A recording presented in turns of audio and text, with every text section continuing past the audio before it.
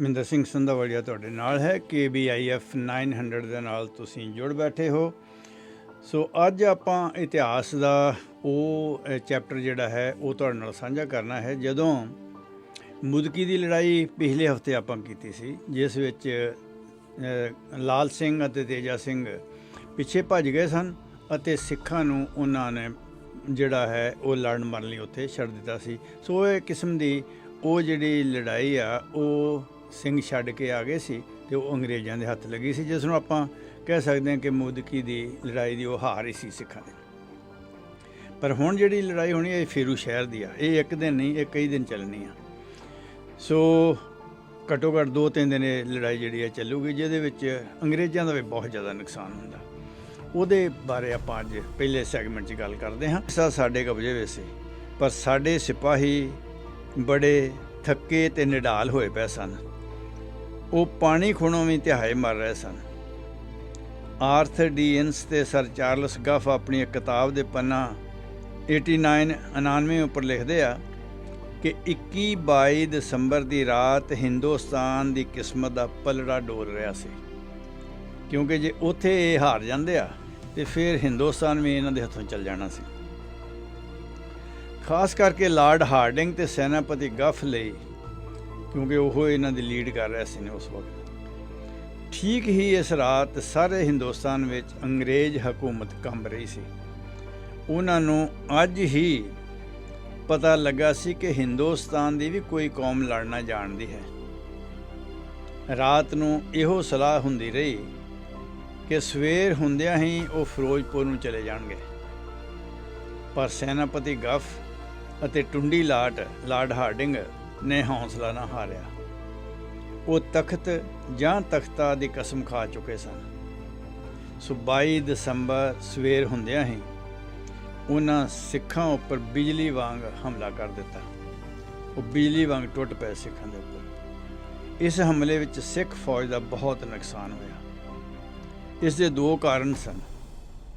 ਇੱਕ ਤਾਂ ਸਿੱਖਾਂ ਦਾ ਸੈਨਾਪਤੀ ਗਦਾਰ ਲਾਲ ਸਿੰਘ ਸੀ, ਜੋ ਫੌਜ ਨੂੰ ਅੱਗੇ ਲੜਦਾ ਛੱਡ ਕੇ ਆਪ ਆਪਣੇ 4-5 ਹਜ਼ਾਰ ਮੁਸਲਮਾਨ ਅਤੇ ਡੋਗਰਾ ਸਿਪਾਹੀਆਂ ਦੇ ਨਾਲ ਪਿੱਛੇ ਖਲੋਤਾ ਸੀ, ਅਤੇ ਉੱਥੋਂ ਹੀ ਉਹ ਪਿੱਛੇ ਹੌਲੀ ਹੌਲੀ ਹਟਣਾ ਸ਼ੁਰੂ ਹੋ ਗਿਆ। ਅਤੇ ਦੂਸਰੇ ਪਾਸੇ ਤੇਜਾ ਸਿੰਘ ਸੀ ਗਦਾਰ, ਜਿਹੜਾ ਆਪਣੀ 10,000 ਫੌਜ ਦੇ ਨਾਲ ਬਿਲਕੁਲ ਚੁੱਪ ਚਪੀਤਾ ਖਲੋਤਾ ਸੀ, ਅਤੇ ਉਹ ਆਣ ਕੇ ਮਦਦ ਨਹੀਂ ਸੀ ਕਰ ਰਿਹਾ ਇਸ ਫੌਜ ਦੀ। ਸੋ ਇਹ 2 ਵੱਡੇ ਕਾਰਨ ਸਨ। ਪਰ ਕੁਝ ਸਮੇਂ ਬਾਅਦ ਤੇਜਾ ਸਿੰਘ ਦੀ ਫੌਜ ਦੇ ਜਿਹੜੇ ਨੌਜਵਾਨ ਸਿਪਾਹੀ ਸੀ ਉਹਨਾਂ ਕੋਲ ਰਿਹਾ ਨਾ ਗਿਆ। ਉਹਦੇ ਹੁਕਮ ਤੋਂ ਬਗੈਰ ਹੀ ਭੁੱਖੇ ਸ਼ੇਰਾਂ ਵਾਂਗ ਅੰਗਰੇਜ਼ ਫੌਜ ਉੱਪਰ ਟੁੱਟ ਪਏ। ਹੁਣ ਜੰਗ ਦਾ ਰੂਪ ਹੀ ਬਦਲ ਗਿਆ। ਅੰਗਰੇਜ਼ੀ ਫੌਜ ਜੋ ਹੜ੍ਹ ਵਾਂਗ ਅੱਗੇ ਵਧ ਰਹੀ ਸੀ, ਉਹ ਸਿੱਖਾਂ ਦੀ ਫੌਲਾਦੀ ਚਟਾਨ ਨਾਲ ਟਕਰਾ ਕੇ ਪਿੱਛੇ ਹੋਣੀ ਸ਼ੁਰੂ ਹੋ ਗਈ। ਮੂੰਹ ਰੱਖਣ ਲਈ ਤੇਜਾ ਸਿੰਘ ਵੀ ਮੈਦਾਨ ਵਿੱਚ ਪਹੁੰਚ ਗਿਆ। ਤੇਜ ਸਿੰਘ ਦੀ ਫੌਜ ਦਾ ਦੂਸਰੀ ਲੜ ਰਹੀ ਫੌਜ ਦਾ ਸਾਥ ਦੇਣ ਲਈ ਆ ਜਾਣਾ ਸਾਰੀ ਖਾਲਸਾ ਫੌਜ ਲਈ ਬਹੁਤ ਹੌਸਲੇ ਵਾਲੀ ਗੱਲ ਸੀ, ਕਿਉਂਕਿ ਅਸਲ 'ਚ ਉਹ ਤੇਜ ਸਿੰਘ ਆਪਣੀ ਫੌਜ ਨੂੰ ਲੈ ਕੇ ਤੇ ਇੱਕ ਪਾਸੇ ਖੜਾ ਸੀ। ਲਾਲ ਸਿੰਘ ਦੀ ਫੌਜ ਜਿਹੜੀ ਆ ਉਹ ਵੇਟ ਕਰ ਰਿਹਾ ਸੀ ਵੀ ਕਦੋਂ ਇਹ ਫੌਜ ਜਿਹੜੀ ਆ ਇਹ ਜਾਂ ਤਬਾਹ ਹੋਵੇ ਜਾਂ ਹਰੇ, ਉਸ ਦੇ ਬਾਅਦ ਮੈਂ ਉਹ ਦੂਸਰੀ ਫੌਜ ਨੂੰ ਤਬਾਹ ਕਰਾਉਣ ਵਾਸਤੇ ਲੈ ਆਵਾਂ। ਇਹ ਸੀ ਉਹਦਾ ਮਨਸਾ, ਇਹ ਸੀ। ਪਰ ਜਦੋਂ ਵਿੱਚੋਂ ਫੌਜੀਆਂ ਨੇ ਜ਼ੋਰ ਦੇ ਕਿਹਾ ਵੀ ਸਾਡੇ ਭਰਾ ਜਿਹੜੇ ਉੱਥੇ ਮਰਨ ਡਏ ਆ ਅਤੇ ਅਸੀਂ ਉਹਨਾਂ ਦਾ ਸਾਥ ਦੇਣਾ, ਫਿਰ ਉਹਨੂੰ ਮਜਬੂਰਨ ਉਹ ਸਾਥ ਦੇਣਾ ਪਿਆ। ਅੰਗਰੇਜ਼ੀ ਫੌਜ ਦਾ ਦਾਰੂ ਸਿੱਕਾ ਬਿਲਕੁਲ ਮੁੱਕ ਚੁੱਕਾ ਸੀ। ਫੌਜ ਦਾ ਲਿਟਰਲ ਵਾਲਾ ਇੱਕ ਹਿੱਸਾ ਜਿਹੜਾ ਸੀ ਉਹ ਫਿਰੋਜ਼ਪੁਰ ਨੂੰ ਵੀ ਭੱਜ ਗਿਆ ਸੀ। ਅੰਗਰੇਜ਼ ਅਫਸਰਾਂ ਦੀ ਲਾਲ ਸਿੰਘ ਅਤੇ ਤੇਜ ਸਿੰਘ ਨਾਲ ਗੱਲਬਾਤ ਜਿਹੜੀ ਉਹ ਪੂਰੀ ਚੱਲ ਰਹੀ ਸੀ। 22 ਦਸੰਬਰ ਨੂੰ ਲੜਾਈ ਸ਼ੁਰੂ ਹੁੰਦਿਆਂ ਹੀ ਲਾਲ ਸਿੰਘ ਆਪਣੀ ਨਿੱਜੀ ਫੌਜ ਨਾਲ ਹੌਲੀ ਹੌਲੀ ਪਿੱਛੇ ਹਟਣ ਲੱਗਾ। ਦੂਸਰੇ ਪਾਸਿਓਂ ਉਸੇ ਵਕਤ ਲਾਰਡ ਹਾਰਡਿੰਗ, ਜਿਹਨੂੰ ਟੁੰਡੀ ਲਾਰਡ ਵੀ ਕਹਿੰਦੇ ਸਨ, ਉਸਨੇ ਇੱਕ ਜ਼ੋਰ ਦਾ ਹੱਲਾ ਬੋਲਿਆ, ਕਿਉਂਕਿ ਫੌਜ ਜਿਹੜੀ ਲਾਲ ਸਿੰਘ ਦੀ ਉਹ ਪਿੱਛੇ ਹਟ ਰਹੀ ਸੀ। ਉਹਨੇ ਉੱਪਰੋਂ ਜ਼ੋਰ ਦੀ ਹੱਲਾ ਬੋਲ ਦਿੱਤਾ। ਜੇ ਉਸ ਅੱਗੇ ਸਿੱਖ ਫੌਜ ਨਾ ਹੁੰਦੀ ਤਾਂ ਉਸ ਨੂੰ ਕੋਈ ਰੋਕ ਨਹੀਂ ਸੀ ਸਕਦਾ। अंग्रेज़ की किस्मत चंगी है कि उस वक्त गदार तेजा सिंह भी अपनी फौज सने बिना किसी कारण पिछे हटना शुरू हो गया, क्योंकि वो अंग्रेज़ों के नाल रलिया ही, इस करके उन्हें वही करना है जिहदे नाल अंग्रेज़ों नूं फायदा हुंदा। सिख फौज बिल्कुल जित दे नेड़े सी जदों तेजा सिंह ने यह गदारी की।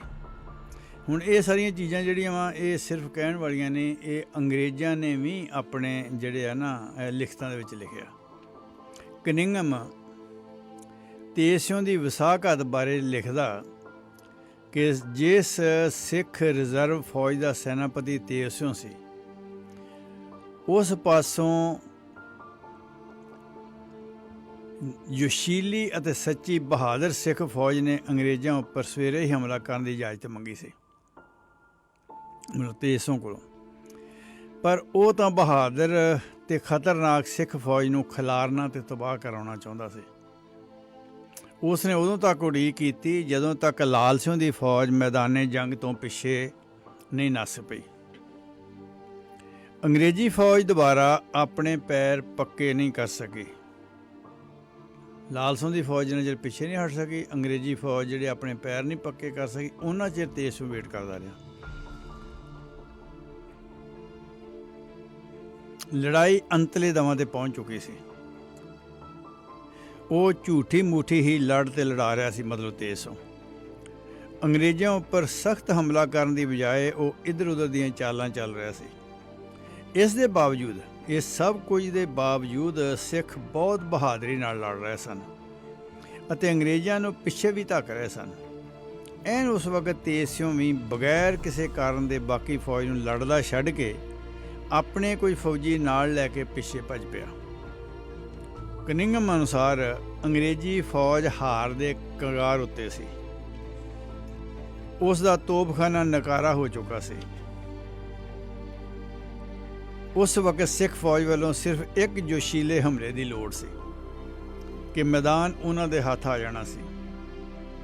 जित्ती हुई खालसा फौज अपने सैनापति की गदारी कारण मैदान छड्ड तेज सिंह दे पिछे ही भज गई। अंग्रेज़ों के जरनैल लाल सिंह ते तेजा सिंह वांग गदार नहीं सन। उन्होंने अपनी पिछे भजी जाती फौज नूं रोकिया, क्योंकि अंग्रेज़ पिछे भी भजन लग पे सी। पर उन्होंने फिर रोक लिया जदों सिखां नूं भजदे वेखिया।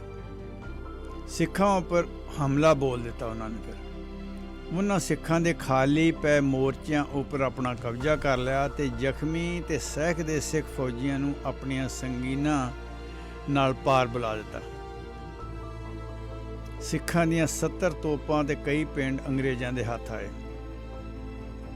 इस जंग विच अंग्रेज़ों का भी बहुत भारी नुकसान होया सी। उन्हां दी फौज का 7वां हिस्सा इस जंग की भेट चढ़ गया सी। अंग्रेज़ों के 37 अंग्रेज़ अफसर, जिन्हां विच मेजर ब्राडफोर्ड ते सर वाल्स भी शामिल सन, वड्डे वड्डे अफसर, 17 देसी अफसर, 462 गोरे सिपाही, 174 देसी सिपाही मारे गए सन। बाकी जिहड़े अंग्रेज़ फौज च फटड़ होए उन्हां दी गिनती इस प्रकार सी: 78 अंग्रेज़ अफसर, 18 देसी अफसर, 1054 गोरे सिपाही ते 571 देसी सिपाही। कुल जोड़ जिहड़ा इन्हां दा 694 मर गए सी उस लड़ाई च, ते 1721 जिहड़े आ वो जख्मी होए सी। इस लड़ाई में सिखां दा भी लगभग इन्ना की नुकसान होया सी। सिख लीडरां दी गद्दारी दा नतीजा ये निकलिया कि अंग्रेज़ों ने हारदे होया भी जंग जित लई। इस जंग बारे कोई इतिहासकारां ने अपने विचार इस तरह बयान किए। जनरल गार्डन लिखदा कि फेरू शहर की लड़ाई बड़ियां वड्डियां लड़ाइयां चों एक सी। अंग्रेज़ों ने जिन्नियां लड़ाइयां भी लड़ियां हिंदुस्तान विच, उन्हां सारियां विचों इस सब तो औखी लड़ाई सी। ਕਿਹਾ ਜਾਂਦਾ ਹੈ ਕਿ ਸਿੱਖਾਂ ਨੇ ਸਾਡੀ ਮਤਲਬ ਅੰਗਰੇਜ਼ਾਂ ਦੀ ਹਕੂਮਤ ਜੜ੍ਹਾਂ ਤੱਕ ਹਿਲਾ ਦਿੱਤੀ ਸੀ। ਇਹ ਜਨਰਲ ਗਾਰਡਨ ਲਿਖਦਾ। ਚਾਰਲਸ ਗੱਫ ਅਤੇ ਆਰਥਰ ਡੀਅਨਸ ਲਿਖਦੇ ਆ, ਕਦੇ ਕਿਸੇ ਦੇਸੀ ਫੌਜ ਨੇ ਜਿਸ ਦੀ ਗਿਣਤੀ ਇੰਨੀ ਘੱਟ ਹੋਵੇ ਅੰਗਰੇਜ਼ੀ ਫੌਜ ਦਾ ਇੰਨੀ ਬਹਾਦਰੀ ਨਾਲ ਟਾਕਰਾ ਨਹੀਂ ਸੀ ਕੀਤਾ ਜਿੰਨਾ ਤੇ ਜਿਹੋ ਜਿਹਾ ਸਿੱਖਾਂ ਨੇ ਫੇਰੂ ਸ਼ਹਿਰ ਵਿੱਚ ਕੀਤਾ। ਜੇ ਸਿੱਖਾਂ ਪਾਸ ਇਹੋ ਜਿਹੇ ਸੈਨਾਪਤੀ ਹੁੰਦੇ ਜਿਨ੍ਹਾਂ ਦੀ ਅਗਵਾਈ ਵਿੱਚ ਉਹ ਆਪਣੇ ਗੁਣ ਪ੍ਰਗਟ ਕਰ ਸਕਦੇ ਤਾਂ ਜੰਗ ਦਾ ਨਤੀਜਾ ਕੁਝ ਹੋਰ ਹੀ ਹੋਣਾ ਸੀ। ਅਸੀਂ ਦਲੀਲਾਂ ਅਤੇ ਬਹਾਨੇ ਲਾ ਕੇ ਇਸ ਸੱਚਾਈ ਨੂੰ ਝੁਠਲਾ ਨਹੀਂ ਸਕਦੇ ਕਿ ਸਿੱਖਾਂ ਦੀ ਇਹ ਸਫਲਤਾ ਮਹਾਰਾਜਾ ਰਣਜੀਤ ਸਿੰਘ ਵੱਲੋਂ ਨਵੇਂ ਜੰਗੀ ਢੰਗ ਅਖਤਿਆਰ ਕਰਨ ਕਰਕੇ ਹੀ ਸੀ, ਕਿਉਂਕਿ ਉਸਨੇ ਆਪਣੀ ਫੌਜ ਨੂੰ ਮਹਾਰਾਜਾ ਰਣਜੀਤ ਸਿੰਘ ਨੇ ਬਦ ਮਾਡਰਨ ਇਹਨਾਂ ਕੋਲੋਂ ਅੰਗਰੇਜ਼ਾਂ ਅਤੇ ਦੂਸਰੀਆਂ ਫਰਾਂਸ ਦੀਆਂ ਫੌਜਾਂ ਕੋਲੋਂ ਬਹੁਤ ਸਾਰੀਆਂ ਚੀਜ਼ਾਂ ਜਿਹੜੀਆਂ ਸਿੱਖ ਕੇ ਉਹ ਟ੍ਰੇਨ ਕੀਤੀਆਂ ਸੀ। ਜੇ.ਐਮ. ਲੋਡਲੀ ਲਿਖਦਾ ਕਿ ਮੁਦਕੀ ਅਤੇ ਫੇਰੂ ਸ਼ਹਿਰ ਦੀਆਂ ਦੋਵਾਂ ਲੜਾਈਆਂ ਵਿੱਚ ਸਿੱਖਾਂ ਦੇ ਲੀਡਰ ਵਿਸ਼ਵਾਸਘਾਤ ਨਾ ਕਰਦੇ ਤਾਂ ਅੰਗਰੇਜ਼ ਆਪਣੇ ਸਰਬੰਸ ਨਾਸ ਕਰਾਉਣ ਤੋਂ ਕਦੇ ਨਹੀਂ ਸੀ ਬਚ ਸਕਦੇ। ਪੰਡਿਤ ਨੰਦ ਲਾਲ ਸੁਰਮਾ ਵੀ ਇਹਨਾਂ ਹੀ ਵਿਚਾਰਾਂ ਨੂੰ ਕਲਮਬੰਦ ਕਰਦਾ ਹੈ। ਇਤਿਹਾਸਕਾਰਾਂ ਨੇ ਵਾਰ-ਵਾਰ ਆਪਣੀਆਂ ਲਿਖਤਾਂ ਵਿੱਚ ਲਾਲ ਸਿੰਘ ਅਤੇ ਤੇਜਾ ਸਿੰਘ ਦੀ ਗਦਾਰੀ ਦਾ ਜ਼ਿਕਰ ਕੀਤਾ ਹੈ। ਮੈਕਗ੍ਰੈਗਰ ਲਿਖਦਾ ਹੈ ਕਿ ਸਿੱਖ ਸਰਦਾਰ ਲਾਲ ਸਿੰਘ ਅਤੇ ਤੇਜਾ ਸਿੰਘ ਆਦਿ ਆਪਣੀ ਹੀ ਫੌਜ ਨੂੰ ਬਰਬਾਦ ਕਰਾਉਣਾ ਚਾਹੁੰਦੇ ਸਨ।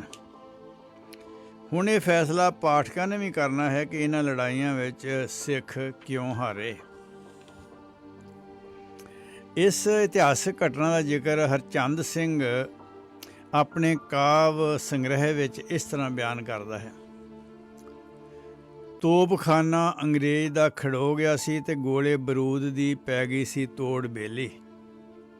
ਗੋਲੀ ਸਿੱਕਾ ਅੰਨ ਸ਼ਰਾਬ ਪਾਣੀ ਇਹ ਵੀ ਪੂਰਾ ਨਾ ਜਿੰਨੀ ਸੀ ਲੋੜ ਬੇਲੀ। ਹੱਥੋਂ ਹੱਥੀ ਲੜਾਈ ਸੀ ਹੋਣ ਲੱਗੀ ਤੇ ਮੂੰਹ ਦਿੱਤਾ ਅੰਗਰੇਜ਼ ਦਾ ਮੋੜ ਬੇਲੀ। ਤੇ ਹਰਚੰਦ ਸਿੰਘਾਂ ਨੇ ਗੋਰਿਆਂ ਨੂੰ ਦਿੱਤਾ ਨਿੰਬੂਆਂ ਵਾਂਗ ਨਿਚੋੜ ਬੇਲੀ। ਮੁੱਲ ਪਾਇਆ ਮੂਲ ਨਾ ਕਿਸੇ ਉੱਥੇ ਤੇ ਤੇਗਾਂ ਸਿੰਘਾਂ ਨੇ ਖਿੱਚ ਜੋ ਮਾਰੀਆਂ ਨੇ। ਤੇਜ ਸਿੰਘ ਤੇ ਲਾਲ ਸਿੰਘ ਦੋਵੇਂ ਭੱਜੇ ਰਣ ਚੋਂ ਕਰ ਗਦਾਰੀਆਂ ਨੇ। ਸਿੰਘ ਲੜੇ ਸੀ ਲਾ ਕੇ ਤਾਣ ਪੂਰਾ, ਸੱਚ ਲਿਖਿਆ ਖੋਜ ਲਿਖਾਰੀਆਂ ਨੇ। ਤੇ ਹਰਚੰਦ ਸਿੰਘਾ ਮੁਖੀ ਗਦਾਰ ਮਾੜੇ ਤੇ ਫੌਜਾਂ ਜਿੱਤ ਕੇ ਅੰਤ ਨੂੰ ਹਾਰੀਆਂ ਨੇ। ਪਲਾਨ ਜਿਵੇਂ ਗਦਾਰਾਂ ਨੇ ਸੀ ਕੀਤਾ ਉਸੇ ਤਰ੍ਹਾਂ ਹੀ ਕਰ ਵਿਖਾਇਆ ਏ। ਅਕਾਲ ਰੈਜੀਮੈਂਟ ਜੋ ਸਿੰਘਾਂ ਸੂਰਮਿਆਂ ਦੀ ਉਹਨਾਂ ਰੱਜ ਕੇ ਉਹਨੂੰ ਮਰਵਾਇਆ ਏ। ਭੰਡਾਰ ਤੋਪਾਂ ਅਤੇ ਸ਼ਸਤਰਾਂ ਦਾ ਹੱਥ ਅੰਗਰੇਜ਼ ਦੇ ਸਭ ਫੜਾਇਆ ਏ। ਹਰਚੰਦ ਸਿੰਘਾ ਖਿੱਚ ਕੇ ਲੱਤ ਉਸਦੀ ਤੇ ਭਲਵਾਨ ਜਿੱਤਿਆ ਆਪ ਹਰਾਇਆ ਏ। ਇਹ ਉਸਨਾਂ ਨੇ ਹਰਚੰਦ ਸਿੰਘ ਨੇ ਸਾਰਾ ਇਹ ਜਿਹੜਾ ਇਤਿਹਾਸ ਹੈ ਉਹ ਕਵਿਤਾ ਦੇ ਰੂਪ 'ਚ ਪੇਸ਼ ਕੀਤਾ ਹੈ। ਬਹੁਤ ਸੋਹਣਾ ਲਿਖਿਆ ਹੈ ਉਹਨਾਂ ਨੇ। ਸੋ ਉਹਦੇ 'ਚ ਮੈਂ ਕੁਝ ਚੀਜ਼ਾਂ ਤੁਹਾਡੇ ਨਾਲ ਸਾਂਝੀਆਂ ਕੀਤੀਆਂ ਨੇ। ਫੇਰੂ ਸ਼ਹਿਰ ਦੀ ਲੜਾਈ ਵੇਲੇ ਸਰ ਰਣਜੋਰ ਸਿੰਘ ਮਜੀਠਾ ਆਪਣੀ 10,000 ਫੌਜ ਨਾਲ ਫਲੌਰ ਦੇ ਕਿਲ੍ਹੇ 'ਚ ਸੀ। ਉਸ ਨੇ ਲੁਧਿਆਣੇ ਨੇੜੇ ਅੰਗਰੇਜ਼ਾਂ ਦੀਆਂ ਬੈਰਕਾਂ ਜਿਹੜੀਆਂ ਉਹ ਸਾਰੀਆਂ ਸਾੜ ਦਿੱਤੀਆਂ। ਅੰਗਰੇਜ਼ੀ ਸਿਪਾਹੀਆਂ ਨੇ ਅੱਗੋਂ ਕੋਈ ਰੋਕ ਨਹੀਂ ਪਾਈ ਕਿਉਂਕਿ ਉਹ ਸਿੱਖਾਂ ਦਾ ਮੁਕਾਬਲਾ ਕਰਨ ਦੇ ਉਸ ਵੇਲੇ ਯੋਗ ਹੀ ਨਹੀਂ ਸੀ, ਸਮਰੱਥ ਹੀ ਨਹੀਂ ਸਨ। ਉੱਥੋਂ ਚੱਲ ਕੇ ਰਣਜੋਰ ਸਿੰਘ ਬੱਦੋਵਾਲ ਆ ਬੈਠਾ। ਉਧਰੋਂ ਹੈਰੀ ਸਮਿਥ ਵੀ 21 ਜਨਵਰੀ ਨੂੰ ਬੱਦੋਵਾਲ ਆਣ ਪਹੁੰਚਾ ਗੋਰਿਆਂ ਵੱਲੋਂ। ਅਸਲ ਵਿੱਚ ਫੇਰੂ ਸ਼ਹਿਰ ਦੀ ਜੰਗ ਦੇ ਬਾਅਦ ਸਿੱਖ ਦਰਿਆ ਪਾਰ ਕਰਕੇ ਫਤਿਹਗੜ੍ਹ ਸਭਰਾਵਾਂ ਦੇ ਮੈਦਾਨ ਵਿੱਚ ਜਾ ਇਕੱਠੇ ਹੋਏ। ਹੁਣ ਅੰਗਰੇਜ਼ਾਂ ਨੂੰ ਇਹ ਡਰ ਸੀ ਕਿ ਸਿੱਖ ਕਿਧਰੇ ਦਿੱਲੀ ਤੋਂ ਆਉਂਦਾ ਉਹਨਾਂ ਦਾ ਸਮਾਨ ਨਾ ਲੁੱਟ ਲੈਣ। ਇਸ ਗੱਲੋਂ ਉਹ ਬਹੁਤ ਘਬਰਾਏ ਹੋਏ ਸਨ। ਹੈਰੀ ਸਮਿਥ ਆਪਣੀ ਫੌਜ ਨਾਲ 17 ਜਨਵਰੀ ਨੂੰ ਲੁਧਿਆਣੇ ਵੱਲ ਤੁਰ ਪਿਆ। ਉਸਨੇ ਜਾਂਦਿਆਂ ਹੀ ਪਹਿਲਾਂ ਬਗੈਰ ਕੋਈ ਗੋਲੀ ਚਲਾਇਆ ਧਰਮਕੋਟ 'ਤੇ ਕਬਜ਼ਾ ਕਰ ਲਿਆ ਤੇ 20 ਜਨਵਰੀ ਨੂੰ ਜਗਰਾਓਂ ਦਾ ਕਿਲ੍ਹਾ ਵੀ ਜਾ ਮੱਲਿਆ। 21 ਜਨਵਰੀ ਨੂੰ ਹੈਰੀ ਸਮਿਥ ਅਤੇ ਰਣਜੋਰ ਸਿੰਘ ਦਾ ਬੱਦੋਵਾਲ ਵਿਖੇ ਟਾਕਰਾ ਹੋ ਗਿਆ। ਅੰਗਰੇਜ਼ ਫੌਜ ਥੱਕੀ ਟੁੱਟੀ ਲੜਨ ਦੇ ਕਾਬਲ ਨਹੀਂ ਸੀ, ਸੋ ਉਹ ਸਿੱਖਾਂ ਦੇ ਹਮਲੇ ਦਾ ਟਾਕਰਾ ਨਾ ਕਰ ਸਕੀ ਅਤੇ ਲੁਧਿਆਣੇ ਵੱਲ ਨੱਸ ਪਈ। ਇਸ ਲੜਾਈ ਵਿੱਚ ਅੰਗਰੇਜ਼ਾਂ ਦੇ 69 ਆਦਮੀ ਮਾਰੇ ਗਏ ਤੇ 64 ਫੱਟੜ ਹੋਏ, 77 ਗੁੰਮ ਦੱਸੇ ਗਏ। ਕੁਝ ਸਿਪਾਹੀ ਅਤੇ ਅਸਿਸਟੈਂਟ ਸਰਜਨ ਬੈਰਨ ਸਿੱਖਾਂ ਨੇ ਕੈਦ ਕਰ ਲਿਆ ਤੇ ਉਹਨਾਂ ਨੂੰ ਲਾਹੌਰ ਭੇਜ ਦਿੱਤਾ। ਇਸ ਸਮੇਂ ਅੰਗਰੇਜ਼ ਬਹੁਤ ਘਬਰਾਏ ਹੋਏ ਸਨ ਅਤੇ ਜਿੱਤ ਦੀ ਉਮੀਦ ਵੀ ਲਾ ਬੈਠੇ ਸਨ। ਗਵਰਨਰ ਜਨਰਲ ਨੇ ਐਲਾਨ ਕੀਤਾ ਕਿ ਜੋ ਸਿੱਖ ਫੌਜ ਛੱਡ ਜਾਣਗੇ ਉਹਨਾਂ ਨੂੰ ਇਨਾਮ ਅਤੇ ਪੈਨਸ਼ਨ ਦਿੱਤੀ ਜਾਵੇਗੀ ਅਤੇ ਜੋ ਭਗੌੜੇ ਹੋਣਗੇ ਉਹਨਾਂ ਨੂੰ ਅੰਗਰੇਜ਼ੀ ਰਾਜ ਵਿੱਚ ਸਹਾਇਤਾ ਦਿੱਤੀ ਜਾਵੇਗੀ। ਸੋ ਇਹੋ ਜਿਹੇ ਲਾਲਚ ਦੇ ਕੇ ਉਹ ਚਾਹ ਰਹੇ ਸੀ ਕਿ ਫੌਜ 'ਚੋਂ ਨਿਕਲ ਜਾਣ ਫੌਜੀ। 1826-27 ਵਿੱਚ ਪੋਟਰ ਨਾਮੀ ਇੱਕ ਅੰਗਰੇਜ਼ ਨੂੰ ਬੰਗਾਲੋਂ ਤੋਪਖਾਨੇ ਵਿੱਚੋਂ ਕੱਢ ਦਿੱਤਾ ਗਿਆ ਸੀ। ਉਸਨੇ ਆਪਣਾ ਨਾਮ ਬਰਾਊਨ ਰੱਖ ਲਿਆ ਤੇ ਸਿੱਖ ਫੌਜ ਵਿੱਚ ਭਰਤੀ ਹੋ ਗਿਆ। ਇੱਥੇ ਉਹ ਰਣਜੋਰ ਸਿੰਘ ਦੇ ਤੋਪਖਾਨੇ ਵਿੱਚ ਤੋਪਚੀ ਸੀ। ਉਹ ਅੰਗਰੇਜ਼ੀ ਫੌਜ ਵਿੱਚ ਵਾਪਸ ਆਉਣਾ ਚਾਹੁੰਦਾ ਸੀ, ਪਰ ਉਸ ਨੂੰ ਅੰਗਰੇਜ਼ਾਂ ਵੱਲੋਂ ਕਿਹਾ ਗਿਆ ਕਿ ਉਹ ਉੱਥੇ ਰਹਿ ਕੇ ਹੀ ਅੰਗਰੇਜ਼ੀ ਸਰਕਾਰ ਦੀ ਸੇਵਾ ਕਰੇ, ਮਦਦ ਕਰੇ। ਸੋ ਆਲੀਵਾਲ ਦੀ ਲੜਾਈ ਵਿੱਚ ਉਸਨੇ ਆਪਣੀਆਂ ਚਾਰੇ ਤੋਪਾਂ ਦੇ ਮੂੰਹ ਉੱਪਰ ਕਰਕੇ ਗੋਲੇ ਦਾਗਣੇ ਸ਼ੁਰੂ ਕਰ ਦਿੱਤੇ, ਜੋ ਅੰਗਰੇਜ਼ਾਂ ਦੇ ਉੱਪਰੋਂ ਲੰਘ ਕੇ ਦੂਰ ਜਾ ਕੇ ਡਿੱਗਦੇ ਸਨ ਅਤੇ ਅੰਗਰੇਜ਼ਾਂ ਦਾ ਕੋਈ ਨੁਕਸਾਨ ਨਹੀਂ ਸੀ ਕਰ ਰਹੇ। ਅਖੀਰ ਉਹ ਤੋਪਾਂ ਸਣੇ ਹੀ ਜਾਣਬੁੱਝ ਕੇ ਗ੍ਰਿਫਤਾਰ ਵੀ ਹੋ ਗਿਆ। ਇਸੇ ਤਰ੍ਹਾਂ ਕਈ ਹੋਰ ਅੰਗਰੇਜ਼ ਵੀ ਸਨ ਸਿੱਖ ਫੌਜ ਵਿੱਚ ਜਿਨ੍ਹਾਂ ਨੇ ਸਿੱਖਾਂ ਨਾਲ ਗਦਾਰੀ ਕੀਤੀ ਅਤੇ ਅੰਗਰੇਜ਼ਾਂ ਦਾ ਸਾਥ ਦਿੱਤਾ। ਬੱਦੋਵਾਲ ਦੀ ਲੜਾਈ ਵਿੱਚ ਅੰਗਰੇਜ਼ ਬੁਰੀ ਤਰ੍ਹਾਂ ਹਾਰੇ ਸਨ। ਇਸ ਦੀ ਅਗਵਾਈ ਕਰ ਰਹੇ ਹੈਰੀ ਸਮਿਥ ਦੀ ਬਹੁਤ ਬਦਨਾਮੀ ਹੋਈ ਸੀ। ਹੈਰੀ ਸਮਿਥ ਹਾਰਡਿੰਗ ਦਾ ਪੁਰਾਣਾ ਮਿੱਤਰ ਸੀ। ਉਹ ਇਸ ਦੀ ਬਦਨਾਮੀ ਨੂੰ ਜਿਹੜਾ ਹਾਰਡਿੰਗ ਸੀ ਉਹ ਧੋਣਾ ਚਾਹੁੰਦਾ ਸੀ। ਸੋ 28 ਜਨਵਰੀ ਨੂੰ ਹੈਰੀ ਸਮਿਥ ਆਪਣੀ ਫੌਜ ਨਾਲ ਲੁਧਿਆਣੇ ਵੱਲੋਂ ਆ ਰਿਹਾ ਸੀ। ਆਲੀਵਾਲ ਦੇ ਨਜ਼ਦੀਕ ਉਸ ਨੂੰ ਸਿੱਖਾਂ ਦਾ ਇੱਕ ਦਸਤਾ ਮਿਲ ਪਿਆ, ਜਿਸ ਉੱਪਰ ਹਮਲਾ ਕਰਕੇ ਉਹਨਾਂ ਨੂੰ ਸਤਲੁਜ ਵੱਲ ਭਜਾ ਦਿੱਤਾ। ਤੇ ਇਸ ਨਿੱਕੀ ਜਿਹੀ ਗੱਲ ਨੂੰ ਸਰਕਾਰ ਨੇ ਆਪਣੀ ਰਿਪੋਰਟ ਵਿੱਚ ਬਹੁਤ ਵਧਾ ਚੜ੍ਹਾ ਕੇ ਆਲੀਵਾਲ ਦੀ ਘਮਸਾਨ ਦੀ ਜੰਗ ਲਿਖਿਆ ਤੇ ਹੈਰੀ ਸਮਿਥ ਨੂੰ ਹੀਰੋ ਵਾਂਗ ਦਰਸਾਇਆ ਗਿਆ। ਇਹਦੇ ਬਾਰੇ ਡਾਕਟਰ ਐਂਡਰਿਊ ਐਡਮਜ਼ ਨੇ ਆਪਣੀ ਕਿਤਾਬ 'ਚ ਲਿਖਿਆ ਕਿ ਆਲੀਵਾਲ ਦੀ ਲੜਾਈ ਤੇ ਇੱਕ ਚਿੱਠੀ ਪੱਤਰ ਦੀ ਲੜਾਈ ਸੀ ਸਿਰਫ, ਮਤਲਬ ਬਹੁਤ ਮਾਮੂਲੀ ਇੱਕ ਝੜਪ ਸੀ ਜਿਸ ਨੂੰ ਇਹਨਾਂ ਨੇ ਇੰਨਾ ਵਧਾ ਚੜ੍ਹਾ ਕੇ ਲਿਖ ਦਿੱਤਾ।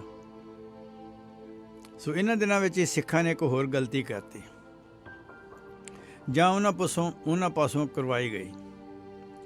ਉਹਨਾਂ ਨੇ ਜੰਮੂ ਤੋਂ ਰਾਜਾ ਗੁਲਾਬ ਸਿੰਘ ਨੂੰ ਬੁਲਾ ਕੇ ਲਾਹੌਰ ਦਰਬਾਰ ਦਾ ਵਜ਼ੀਰ ਬਣਾ ਦਿੱਤਾ। 2 ਤੇ ਪਹਿਲਾਂ ਹੀ ਉਹਨਾਂ ਕੋਲ ਗਦਾਰ ਬੈਠੇ ਸੀ, ਅਗੇ ਤੀਸਰਾ ਵੀ ਲੈ ਆਏ।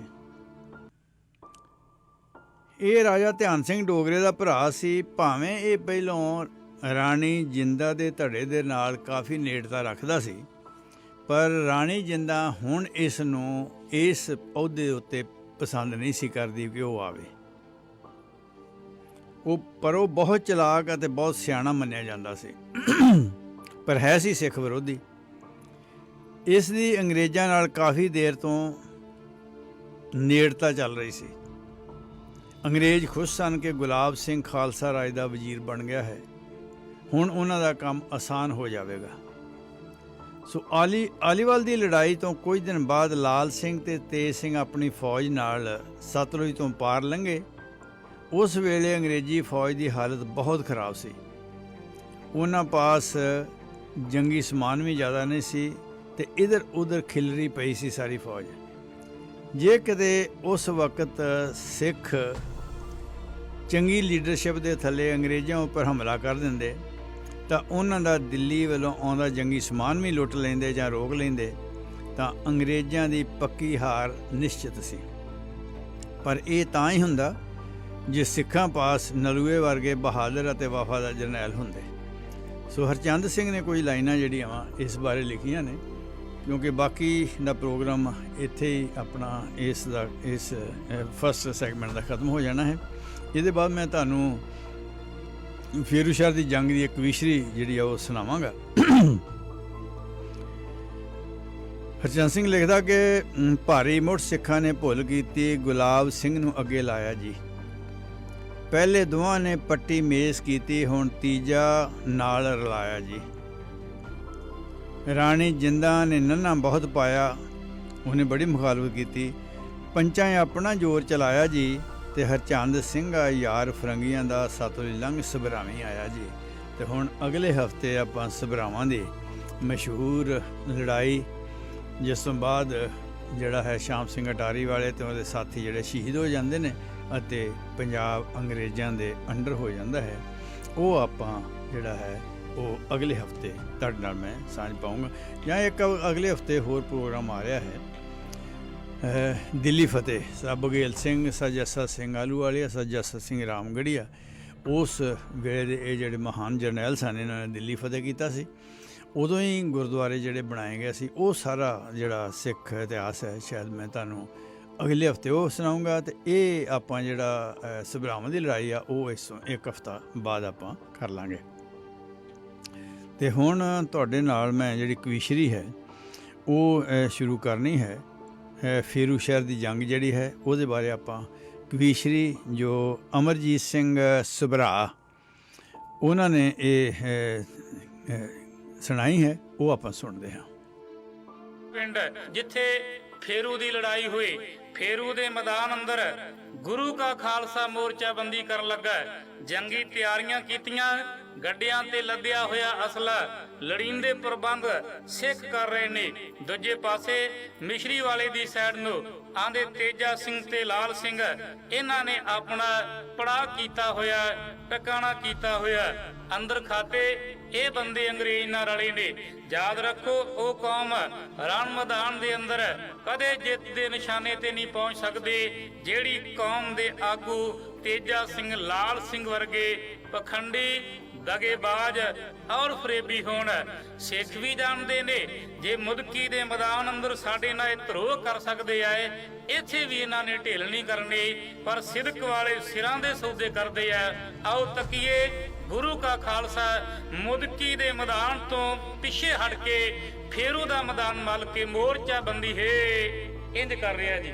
ਸਿੱਖ ਚਾਹੁੰਦੇ ਮਨ ਨਾ ਆਜ਼ਾਦ ਰਾਜ ਜੀ, ਹਟ ਕੇ ਪਛਾਹ ਮੁਦਕੀ ਤੋਂ ਬਾਅਦ ਜੀ। ਭਾਵੇਂ ਪੈ ਸਰੀਰ ਫੱਟਾਂ ਨਾਲ ਸੱਲੇ ਨੇ, ਫੇਰੂ ਸ਼ਹਿਰ ਮੋਰ ਜੇ ਸਿੱਖਾਂ ਨੇ ਮੱਲੇ ਨੇ। ਤੋਪਖਾਨਾ ਅਸਲਾ ਬਰੂਦ ਢੇਰ ਜੀ, ਡਟ ਗਏ ਦੁਬਾਰਾ ਮਰਦ ਦਲੇਰ ਜੀ। ਉਹ ਗੱਡੇ ਆਣ ਘੋੜਿਆਂ ਸਮੇਤ ਠੱਲੇ ਨੇ, ਫੇਰੂ ਸ਼ਹਿਰ ਮੋਰ ਜੇ ਸਿੱਖਾਂ ਨੇ ਮੱਲੇ ਨੇ।